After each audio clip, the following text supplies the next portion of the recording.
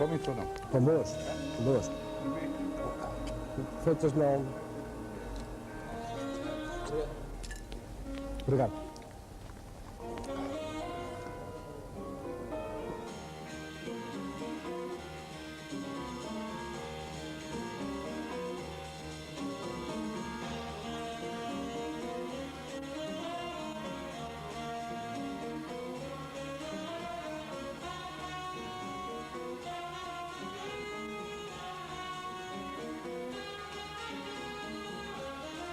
Eu sou completamente influenciado pela cidade de Lisboa desde o princípio da minha atividade musical.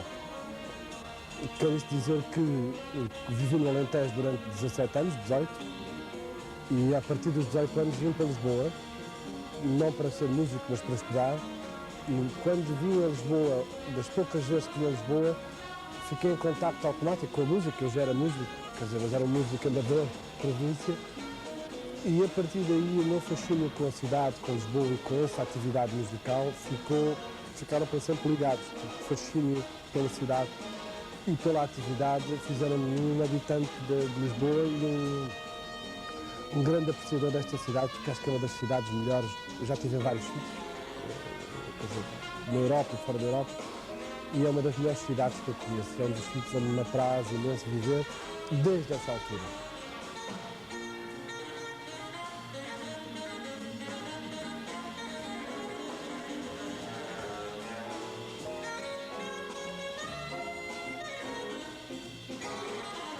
Por outro lado, foi a minha ida ao Hot Club.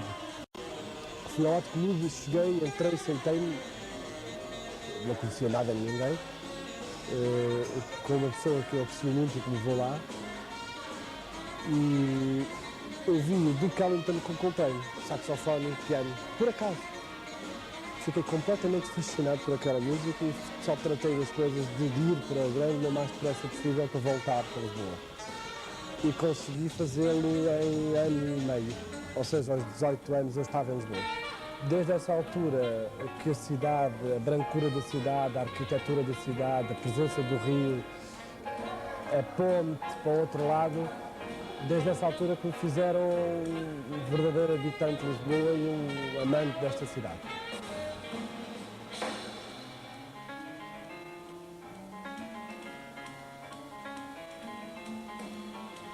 Há uma teoria que diz que, quer dizer, há uma pessoa, um professor, que é o professor Rui Verneri, que diz que ouviu dizer uma vez que achava que se Lisboa não tivesse, e Portugal, mas neste caso particular Lisboa, não tivesse sob a influência do fascismo durante os anos 50, 60, 70,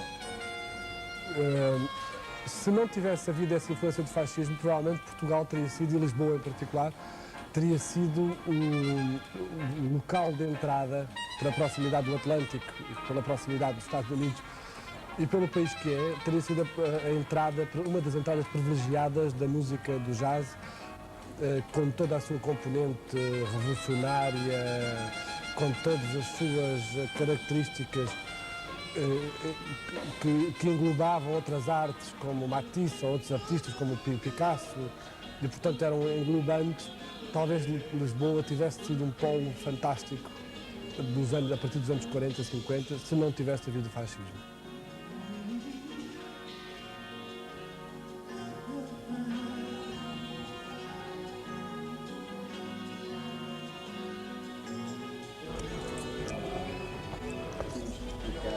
Vocês não querem? Qualquer cidade é boa para tocar jazz desde que haja liberdade dessa cidade. Lisboa é uma cidade inspiradora, porque é uma cidade muito bonita, é uma cidade em que se junta ainda o antigo e o moderno, é uma cidade que tem um rio, é uma cidade antiga, é uma cidade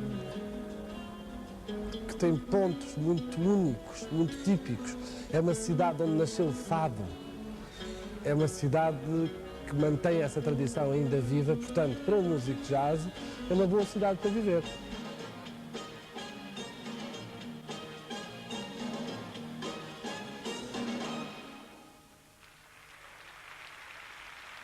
Foram formadas uma série de pessoas no Hot Club que geraram uma escola. O próprio Zé Eduardo, quando começou nessa altura com a orquestra, antes disso havia toda aquela movimentação nos anos 40, 50, mas enfim, feitas pelo Luís Vilas Boas, em que havia o Festival de Cascais, não é? Que era ele, Cascais Jazz, que era uma coisa revolucionária, alguns músicos chegaram aí presos, era tudo um bocado, era um bocado o escape possível para as pessoas se encontrarem sem serem controladas, embora aquilo tivesse cheio de pidos, mas era possível fazer, porque o jazz era uma música que vinha de fora, portanto não era um perigo iminente para o fascismo. Criou-se uma oficina permanente, que era o Hot Club, onde as pessoas chegavam a dormir lá. Algumas pessoas não tinham casa, ou vinham do Porto, dormiam, tiravam os sofás onde as pessoas se sentavam e dormiam no chão, de verão, claro. Durante, mal ou bem acompanhados ou sozinhos, dormiam no chão da cave do Hot Club. Pessoas que viviam à volta, a tocar sozinhas à noite, só workshop permanente de 24 horas por dia naquela casa.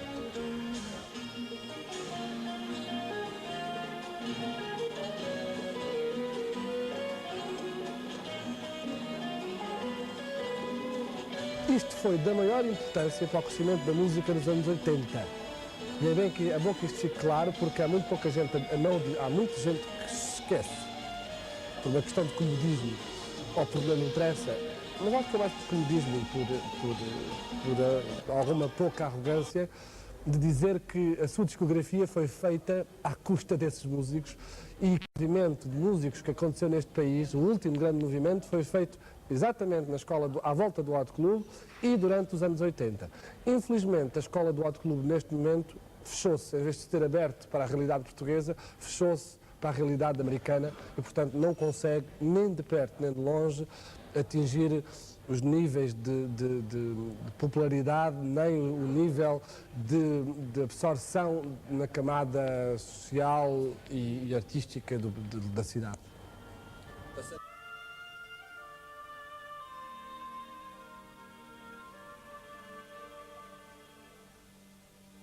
Acontece é que, além de todos esses músicos que eu falei, também os músicos africanos iam pedir a mim e a outros músicos de sopros que fizessem as gravações de estúdio. Além disso, através dessas colaborações, nós muito obrigado. Isto pode ficar. Através dessas colaborações, nós fomos conhecendo outros músicos, eu e outros músicos aqui, mas eu em particular, e fiz muitas vezes noitadas a tocar com músicos africanos, mais africanos, os brasileiros só vieram posteriormente, para Portugal, para Lisboa, mas mais tarde, portanto, mas logo nessa altura havia músicos, eu lembro-me de estar a chegar nessa altura, Paulinho Vieira, o Tito Paris, tinham acabado de chegar da África, tocava eu com a Cesária Évora, com o Cabo Verde, tocava eu com outros músicos, no Bana, com o próprio Bana, com o Luís Moraes. Enfim, fazíamos grandes noitadas e tocávamos muitas vezes. E eu muitas vezes ficava insatisfeito com o que se passava na área do jazz e ia muitas vezes, nessa altura, passava muitas noites a tocar e a aprender e a praticar esse tipo de músicas.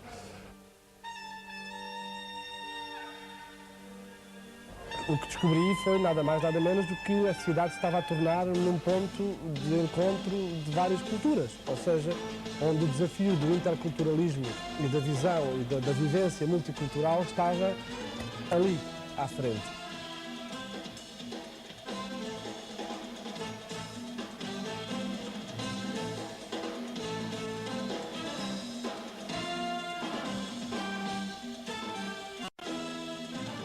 Desde essa altura que tinha vontade de fazer uma orquestra com essas características, mas sempre foi difícil porque era impossível, por um lado, ter músicos africanos regularmente, porque eles ora estavam cá, ora tinham imensas dificuldades e estavam fora, ora já não havia trabalho suficiente para um músico de jazz, muito menos para um músico a fazer o tipo de coisas, não é? Instrumentista. E depois porque eu achava que aquilo devia estar confinado àquela zona, àquele sítio, aos bares e tal, onde eles tocavam, aos cafés, ou por aí fora. O que se passa é que nasceram muitas relações, muitas amizades e houve muita aprendizagem no que respeita à minha visão do mundo a partir dessa altura.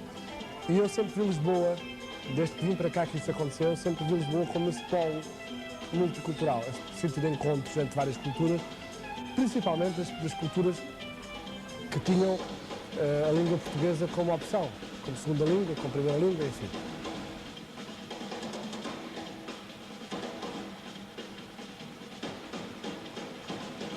Os shows da lusofonia apareceram para tentar cristalizar toda uma série de emoções que existiam e uma série de conceitos que existiam que estavam sempre dispersos por vários sítios, por vários ambientes, várias situações.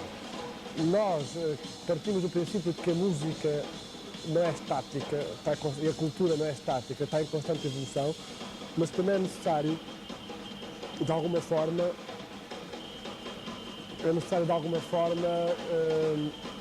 fazer uma integração com cabeça, tronco e membros de todas as culturas, das várias culturas em música.